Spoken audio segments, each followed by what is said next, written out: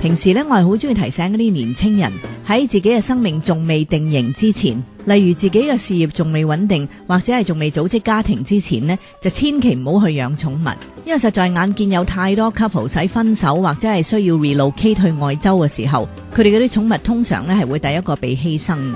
即使有時是但一方係願意去接手啦，但係大部分嘅年青人都係要上班或者偶然要出門公幹噶嘛，咁所以佢哋屋企嘅寵物呢，又要揾人去寄養，又或者係要俾錢請人去佢哋屋企餵同埋打理。咁最近我又聽過有以下呢個問題同埋佢嘅解救方法，今日又攞出嚟同你分享。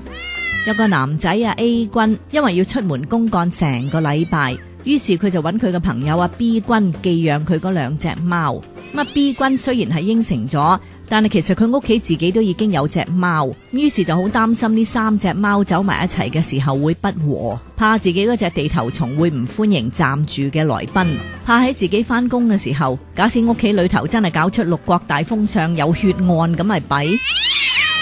你估阿 B 君終於又以咩方法去令呢三隻貓可以同聲同氣，一團和氣咁共處呢？原來呢，就有人教咗佢一條果然係好使得嘅好橋，就係每個朝頭早臨翻工之前，喺呢三隻貓嘅身上都捽少少 vanilla extract， 即係嗰啲有雲呢拿味嘅香油精，等呢三隻傻貓呢會一聞之下誤會大家係同根生，會以為大家係出自同一竇，所以身上陣除呢係一模一樣咯。咁見係自己嘅同胞又點會去杯葛啊？所以成個星期嘅相處呢，真係一啲問題都冇。